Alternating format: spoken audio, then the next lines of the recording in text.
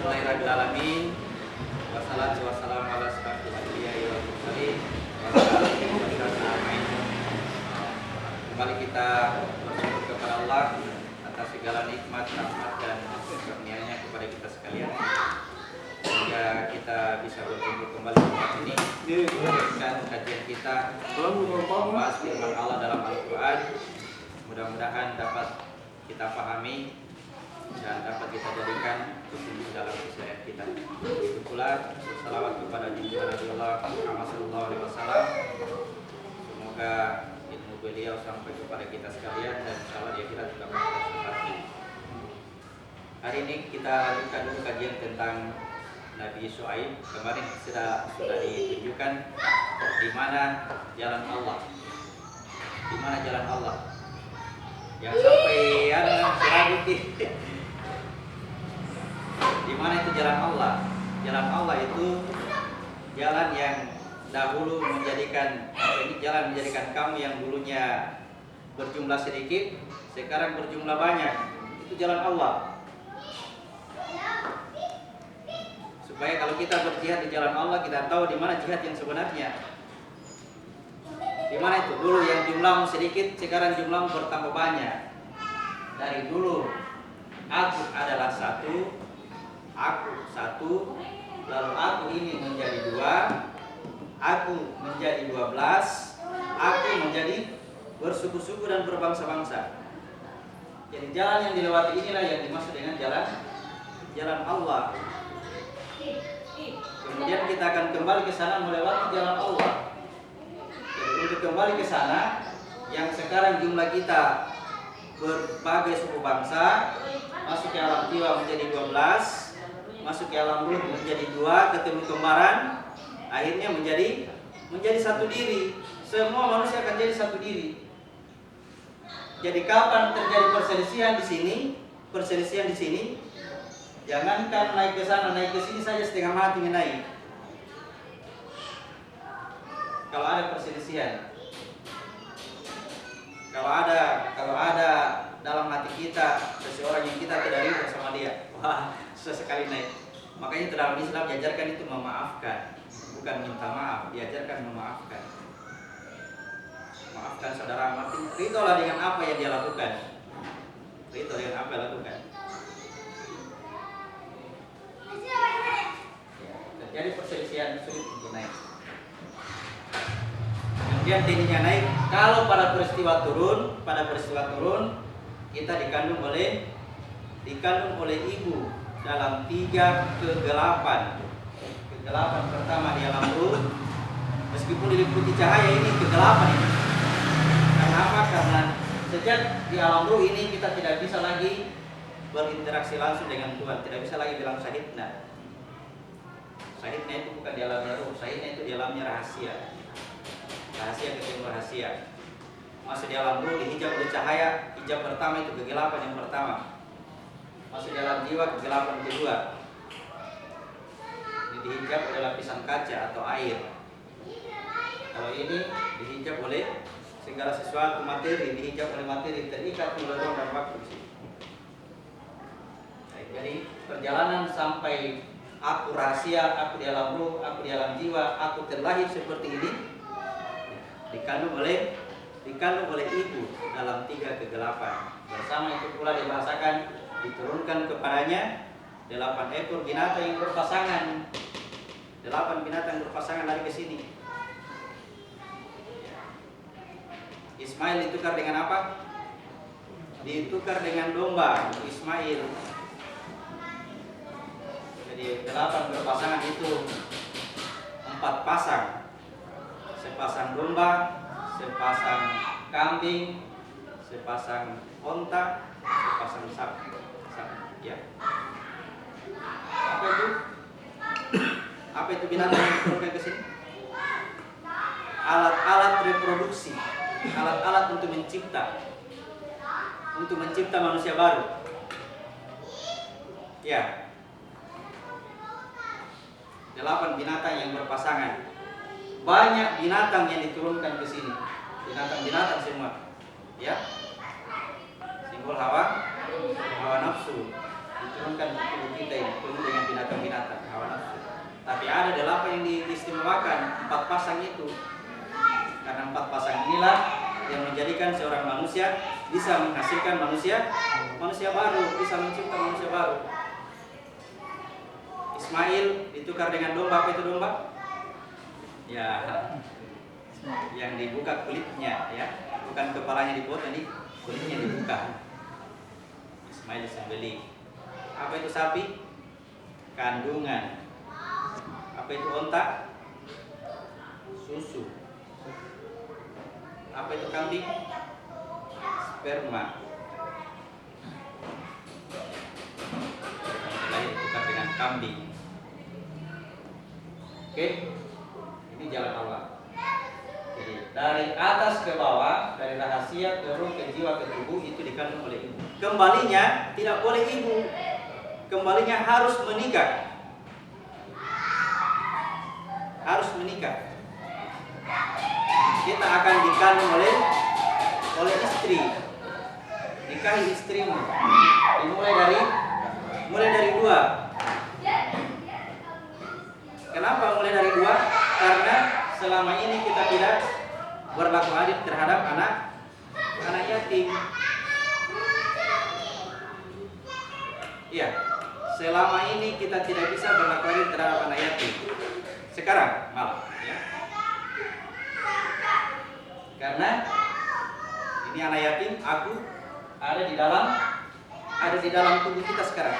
Aku ada dalam tubuh kita. Itulah si anak yatim yang harus dipertemukan kembali dengan bapaknya. Harus ketemu bapaknya. Untuk bisa ketemu bapaknya harus ada wanita-wanita yang mengantarnya. Jadi istri itu pengantar. Istri mengantar kepada kemakrifatan. Ya, kalau beberapa daerah itu menjadikan istri itu betul-betul sebagai alat kemakrifatan. Sehingga untuk bergaul dengan istrinya, wah, aturannya sangat. Kalau saya lihat bukunya apa itu padat sekali aturannya yang bergaul dengan istri. Ini kalau pas ini baca ini, kalau ini baca ini, wah, luar biasa ya untuk bisa menggauli istri. Hal yang dimaksudnya adalah istri yang ada pada diri kita sendiri. Dari sini kita sudah punya istri yang pertama. Ya, aku sekarang ada bersama istriku, ya. Aku bersama istriku. Tapi ini tidak bisa menjadikan si anak yatim itu terbebas dari kezaliman. Lalu aku harus menikah pada istri yang kedua di alam jiwa. Untuk mendapatkan istri ini harus keluarkan maharnya atau zakat. Ya, harus jalankan tugas khalifah. Terbentuk wadahnya. Begitu terbentuk wadahnya, aku keluar dari sini langsung disambut oleh istri yang kedua. Ceraikan istri pertama, masuk kepada istri yang kedua. Makanya dikatakan, kamu tidak akan sanggup berlaku adil terhadap istri-istrimu, meskipun kamu sangat menginginkannya. Kita sangat mau sekali tinggal kayak begini, mau hidup 1000 tahun lagi, kata Al-Quran. Kalau kita di sini ingin hidup 1000 tahun lagi, tidak mau mati-mati, ya, sayang sekali ini terikat turunan waktu. Tidak mau, tapi pasti akan terjadi. Itu lagi tidak tunggu sampai tua. Tidak kenal waktu dia ini kapan harus berpisah dengan istri pertama. Kalau ini terjadi perpisahan, kemudian wadahnya di sini belum ada, kita tidak pernah memberi mahar kepada istri kedua ini, alam jiwa kita. Begitu keluar ini, masuk ke sana, tidak ada wadah, terpaksa kembali. Keluar lagi, tidak ada wadah, kembali lagi. Begitu keluar mau kembali, ternyata ini sudah masuk dalam kubur. Ya, sudah dikubur. Tidak bisa lagi masuk di situ. Fungsi jasad sudah tidak ada. Jantung sudah tidak berdetak. Nafas sudah berhenti. Kembali ke sana tidak ada wadahnya. Terpaksa dicarikan wadah yang tidak dia suka. Terpaksa. Inilah yang disebut dengan wanita pezina. Wadah yang datang yang kita tidak inginkan, itulah yang dikiaskan dengan sebutan wanita pezina. Dan seorang yang mendekati wanita pezina ini adalah laki-laki pezina. Apa itu laki-laki pezina? Dia hanya menggauli istri, ya, tidak memberi. Dia hanya menggauli wanita, bukan istri, ya. Tidak mau nikahi. Dia hanya jadikan gundik-gundik piaraan. Tidak mau dinikahi. Kalau kita tinggal dalam wadah seperti ini, jasad kita ini penuh dengan luka, ya, banyak potongannya, tulang-tulang kelihatan, baunya sangat busuk, bau nanah, ya, bau nanah. Tidak usah minta kena api, saya bilang jangan dikena api. Turun hujan saja sudah berteriak kesakitan. Sudah pernah mimpi buruk, Pak? Ya. Mimpi buruk itu pelajaran bahwa kita di alam sana, ya, mimpi ditikam atau mimpi ditebas dengan pedang, sakitnya luar biasa. Begitu terjaga terbangun dari mimpi, untung mimpi.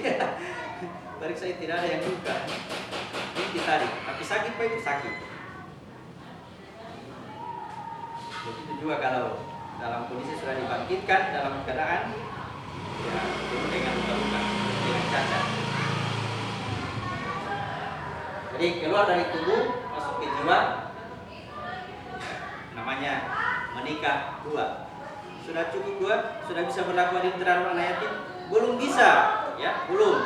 Menikah lagi, tinggalkan istri kedua, menikah lagi sama istri ketiga. Menikah lagi dulu. Kalau sudah menikah dulu, menikah sama istri ketiga, kondisi kita sudah, iman sudah mulai stabil. Iman sudah stabil. Makanya itu kata Allah, rujuk itu hanya dua. Hanya dua kali. Talak yang bisa dirujuk hanya dua. Ya. Pernah dengar? Kalau ada ahli hukum Islam ini, talak yang bisa dirujuk hanya dua. Lepas dari istri pertama masih bisa kembali ke istri pertama. Sini ya. Lepas dari istri kedua masih bisa kembali ke sini. Ini istri pertama, istri kedua masih dalam keadaan wilayah neraka. Nanti istri ketiga baru masuk wilayah ruh. Kalau masuk di sini masih bisa perbuatan kita itu tidak dikontrol oleh iman. Masih bisa kacau balau. Tapi kalau masuk ke istri ketiga lalu terjadi perceraian, tidak bisa dia kembali ke istri ketiga sebelum dinikahi oleh laki-laki yang, siapa laki-laki yang lain yang berani nikahi di situ? Diri yang satu. Masuk dia sendiri yang masuk di situ. Dia gantikan posisi aku dan aku tidak ada. Dia yang masuk. Begitu dia masuk, ya, lepas dari ini dan aku masuk, ini sudah menjadi hamba, sudah jadi budak, sudah jadi hamba Allah. Begitu aku masuk, itulah yang kita rasakan, sifat-sifat kebaikan itu lahir dengan sendirinya. Kita tidak buat-buat. Sinilah stabilnya iman. Jadi kita menikah sampai 4 istri. Untuk melewati kembali kepada jalan Allah ini, ya, untuk bisa sampai kepada Allah, melewati jalan Allah harus menikah 4. Itu dibahasakan Nabi. Nikah adalah sunnahku. Barang siapa yang tidak nikah, maka bukanlah dia dari golongan. Nabi Isa menikah apa tidak? Apakah Nabi Isa bukan golongannya Rasulullah? Bukan menikah seperti itu yang dimaksud, ya.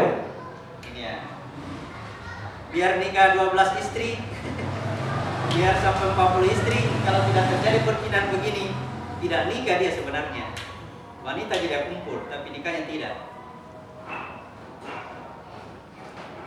Pernikahan sampai 4 terjadi dalam satu diri kita, ya.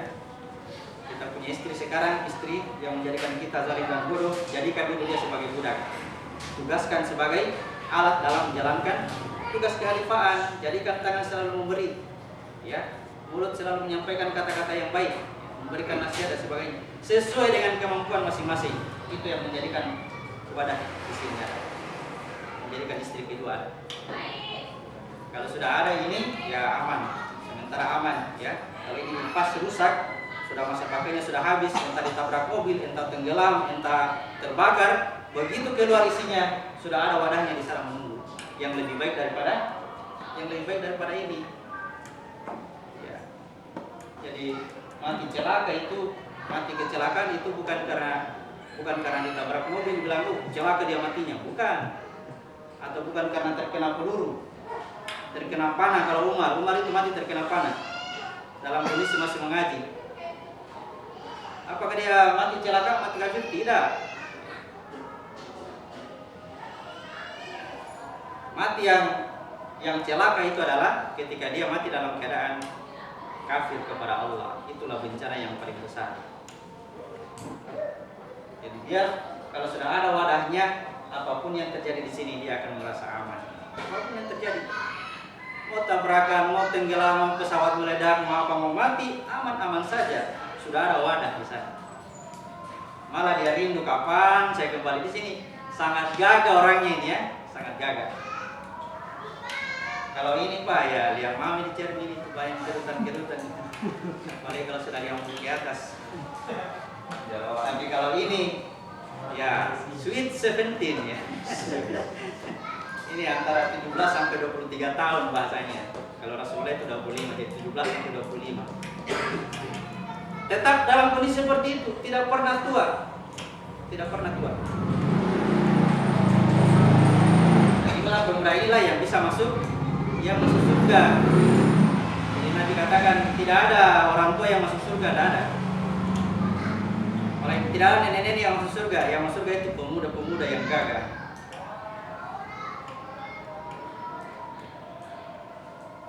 Jadi perjalanan sampai ke sana bisa masuk ke wilayah surga, kita buat memang dari sekarang.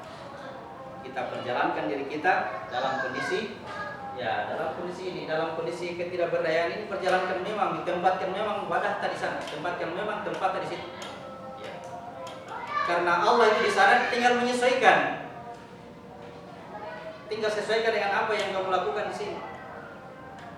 Allah tidak pernah menzalimi, bahkan tidak pernah menzalimi. Tapi kalau dia menambah rahmat, siapa yang halangi? Hanya karena memberi yang yang diberi balasan apa? Bukan hanya tangan, seluruh tubuhnya dibalaskan ini. Karena yang menjadikan yang memberi adalah seluruh tubuhnya. Jadi inilah jalan Allah dan tujuan perjalanan kita sudah tahu. Jangan lagi ragu dengan tujuan kemana kita ini, mau kemana kita semua ini. Kembali ke sini, kembali ke diri yang satu, kembali kepadanya. Kita tadi dari diri yang satu. Diri yang satu itu bukan ciptaan. Ya, diri yang satu bukan ciptaan. Kita dari sini dan pada akhirnya akan kembali ke sini. Dalam perjalanan kembali ini, ya bisa kandas ke sini, bisa kandas sampai di alamnya jiwa. Kalau kandasnya di alam jiwa, alamatnya neraka. Alam jiwa itu sama dengan alam jin. Ya. Kalau seorang yang zalim dan bodoh, yang tidak tahu apa-apa, tidak pernah melihat ini jiwanya, tapi pernah berbuat kebaikan, yang dia sendiri tidak tahu bahwa itu kebaikan ada pahala atau tidak, pada akhirnya dia akan selamat juga. Tapi orang yang keluar dari sini, keluar dari dirinya, lalu masuk ke alam jin, dia tempatkan dirinya di wilayah api selama-lamanya. Itu yang kekal. Keluar dari dirinya, masuk ke alam jin. Itu namanya melampaui batas. Nah, lewat perjalanannya. Untuk bisa kembali kepada Tuhan, dia mesti kembalikan tadi alam jin, kembalikan ke dirinya. Masuk dulu ke dirinya dalam keadaan tidak berdaya, tidak bisa berbuat apa-apa, ya. Tidak bisa menghasilkan uang dengan simsalabim. Tidak boleh ya. Nanti sudah seperti itu kembali ke dirinya baru masuk ke ikuti jalan itu, ikuti jalan Tuhan itu ada di situ. Jalan Tuhan itu ada pada dirimu, ya. Jangan sampai berjihad di jalan Allahnya masih kacau. Di mana jalan Allah ini? Pada akhirnya makhluknya Allah yang kita kasih rusak.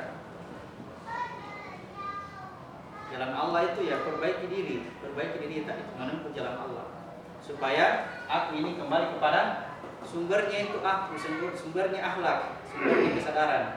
Disitulah kebaikan itu keluar dengan sendirinya. Oke, ya. Itu tadi yang dimaksud dengan istri itu. Perumpamaan tentang istri ini untuk mendapatkan teknik-tekniknya dikiaskan dulu bahwa istri itu sama dengan kebun. Perumpamaan tentang istri adalah sama dengan kebun. Kita baca lagi surat 2 ayat 223.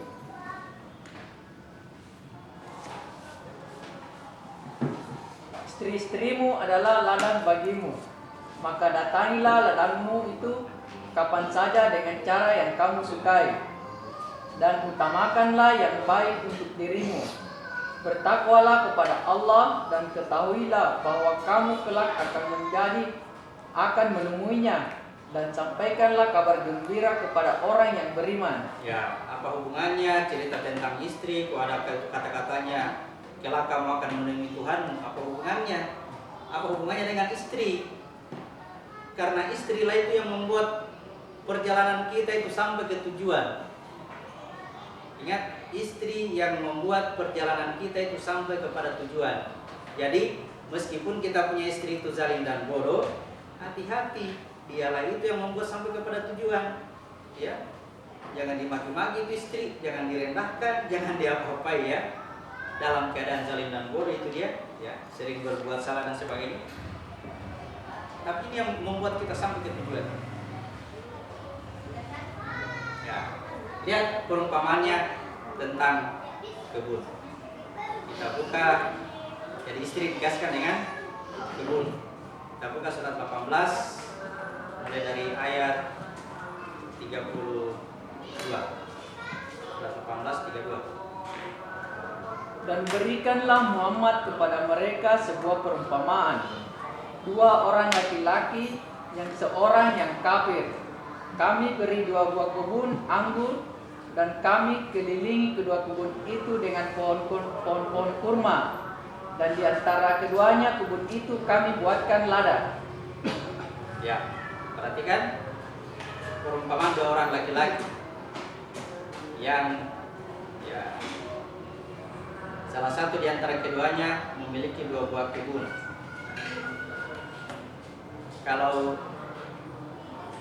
Kalau saya teringat kebun di kampung, kebun itu bentuknya segi 4. Ya Pak, rata-rata segi 4. Ada juga melapor, Pak, kebunmu segi 3 itu. Kebun itu segi 4. Ada 2 buah kebun. Sini dulu ya. Ini saya gambar dulu kebun yang palsu ya. Ya. Saya gambar kebun yang palsu. Dan saya jelaskan kebun yang asli. Ada 2 buah kebun segi 4 ya, berdampingan ya. Kita baca ulang tadi. 2 orang lagi memiliki kebun, 2 buah kebun. Dan berikanlah Muhammad kepada mereka sebuah perumpamaan. 2 orang laki-laki, yang seorang yang kafir. Kami beri 2 buah kebun anggur, dan kami kelilingi kedua kebun itu. Di sekeliling 2 buah kebun ini ada pohon-pohon kurma. Ya, banyak pohon-pohon sini. Ya, banyak pohon-pohon. Terus Dengan pohon-pohon kurma, dan di antara kedua kebun itu kami buatkan ladang. ada ladang segi 4 lagi nih. Di tengah-tengahnya, di antara 2 kebun itu ada ladang. Ini nah tempat kita bercocok tanam nanti di ladang.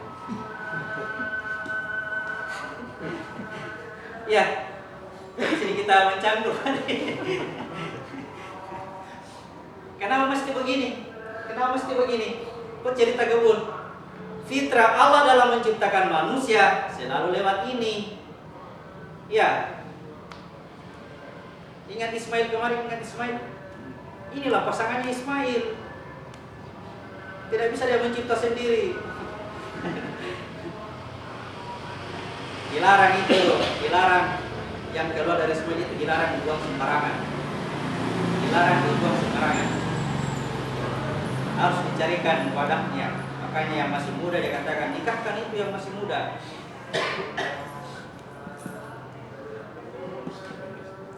Jangan bunuh diri. Ya. Jangan bunuh diri. Terus lanjut. Kedua kebun itu menghasilkan buahnya Ya. dan tidak berkurang buahnya sedikit pun. Sebenarnya kebun ini tidak pernah berkurang buahnya. Ya. Yang di rumah itu tidak pernah kurang buahnya itu, Pak. Tidak pernah kurang. Dinikmati terus begitu terus rasanya, ya. Coba, kenapa orang sampai pergi cari melanggar di kebunnya orang lain? Apa masalahnya ini? Apa masalahnya? Enak itu. Nah, ini tidak pernah kurang. Ini pun kapanpun dibutuhkan selalu ada buahnya, selalu ada, ya. Lain kalau ya datang tamunya, ya kayak gitu juga kalau ada tamunya. Karena tamunya itulah yang akan ya selesai tamunya berada di bibit ini, bibit telur. Kenapa selalu pergi jalan Nusantara? Dibahasakan begini.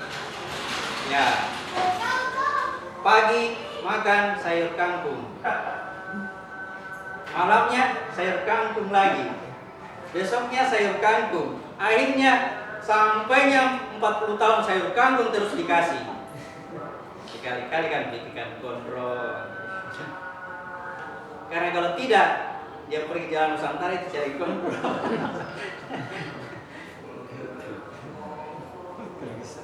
Kayak itu dia diajari anak-anak supaya jangan monoton, ya, jangan monoton.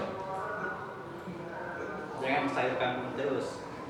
Meskipun buahnya tidak berkurang, tapi teknik penyajiannya itu yang coba disajikan itu sayur kangkung. Makan ini Bapak, makan. Ini tidak enak.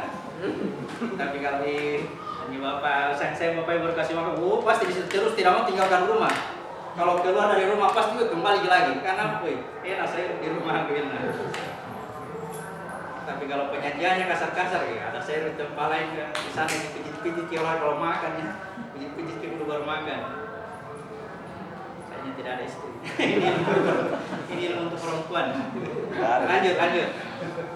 Laki-laki, ingat, laki-laki jaga istri tak, karena itu adalah pintu perjalanan, ya. Saya bilang biar bodoh-bodohnya itu istri itu, inilah jalan kita untuk kembali kepada Tuhan. Sebodoh-bodohnya itu dia. Ini kan biasa kita marah-marah juga gitu. Kalau ditapik, saya tidak tahu ini siapa dia ini yang siap menghamilkan seorang anak padahal luar biasa menderitanya juga hamil. Sekarang itu enak karena kalau sudah hamil pasti dioperasi orang. Tidak terlalu sakit, tapi kalau dulu belum ada istilah operasi, bertarung antara hidup dan mati. Sekarang sudah mulai. Lanjut. Dan di celah-celah kedua kebun itu kami alirkan sungai. Ada sungai di celah-celah kebun? Betul? Surga di bawah telapak kaki ibu. Betul? Jadi, ya, misalkan kakinya di atas, ya. Surganya di bawah. Itu baru bisa. Jangan berdiri, ya. Tidak bisa jadi aneh ini. Itu rumus. Nggak ada di bawah. Lanjut. Tapi kan tadi saya bilang ada juga gondronya, ada juga soto bandarnya, ada juga bubur Manadonya. Ya, jangan sayur kangkung terus dikasih, ya. Salah orang tua ini siapa masih muda yang sinjam kita yang masih muda. Lanjut. Dan dia memiliki kekayaan besar. Ya. Maka dia berkata kepada kawannya yang beriman.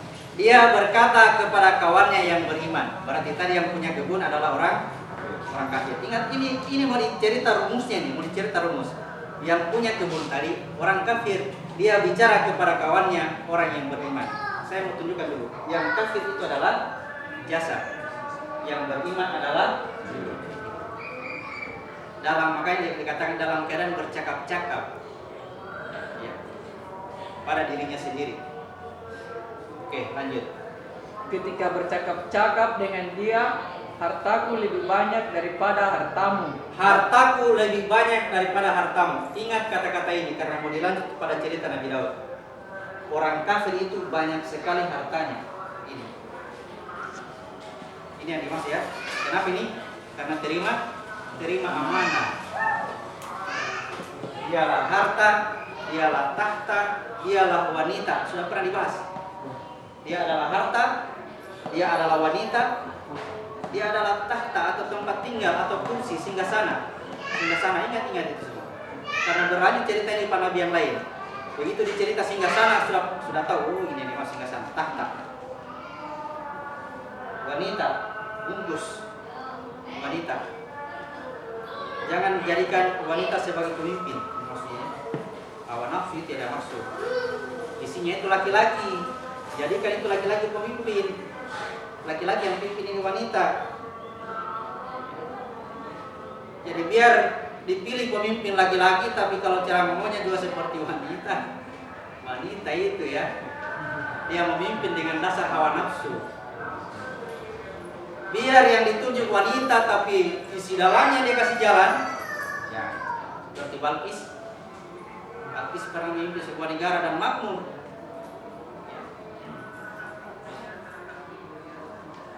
Jadi yang dimaksud wanita, isi luarnya hawa nafsu. Dimaksud laki-laki, isi dalamnya kesadaran. Lanjut. Dan pengikutku lebih kuat. Kan? Ya, pengikutnya lebih kuat. Hartanya lebih banyak. Apa yang mengikuti dia ini? Apa yang menguasai aku di sini? Hawa nafsu itu sangat kuat ya. Nanti sebentar berhadapan dengan tentara Jalut, itu yang dimaksud hawa nafsu. Tentaranya sangat kuat. Hawa nafsu. Hartanya, tentaranya, pengikutnya. Ya, lanjut. Dan dia memasuki kebunnya dengan sikap merugikan dirinya sendiri. Dengan keadaan zalim dan bodoh dia masuki kebunnya. Ya, aku dalam kondisi zalim dan bodoh. Itulah istri pertama, zalim dan bodoh, yang mesti ditinggalkan dan masuk pada istri yang kedua. Lanjut. Karena angkuh dan kafir dia berkata, aku kira kebun ini tidak akan binasa selama-lamanya. Saya kira kebun ini tidak akan binasa. Aku kira kebun ini tidak akan binasa selama-lamanya. Ternyata dia terikat oleh ruang dan waktu. Ya, terikat oleh ruang dan ya. Aku kira kebun ini tidak akan binasa. Nanti dia masa pakainya akan habis. Dia akan binasa. Lanjut. Dan aku kira hari kiamat itu tidak akan datang. Disitulah terjadinya hari kiamat. Jadi jangan lagi pikir hari kiamat 2000, mulai lagi menafsir 2500 barangkali hari kiamat. Tidak usah tunggu itu ya. Kejadian sakaratul maut itu lebih dahsyat daripada itu peristiwa di sini. Kalau di sini dibilang ada planet menabrak bumi. Planet menabrak bumi sehingga air laut bergoncang, terjadi kursi listrik di mana-mana, terjadi kebakaran, gunung meletus. Tidak dahsyat itu, tidak terlalu apa-apa itu dibandingkan sakaratul maut. Kalau ini yang digoncang seperti goncangannya bumi, rasakan itu. Sakitnya luar biasa. Di situ hari kiamat yang asli ya. Dan semua manusia sudah merasakan hari kiamat, mulai Nabi Adam sampai manusia terakhir akan merasakan hari kiamat. Ya? Yang dikatakan kebanyakan manusia tidak beriman tentang hari kiamat. Ini yang dia maksud. Hari kiamat dirasakan oleh seluruh manusia. Tidak ada pengecualian.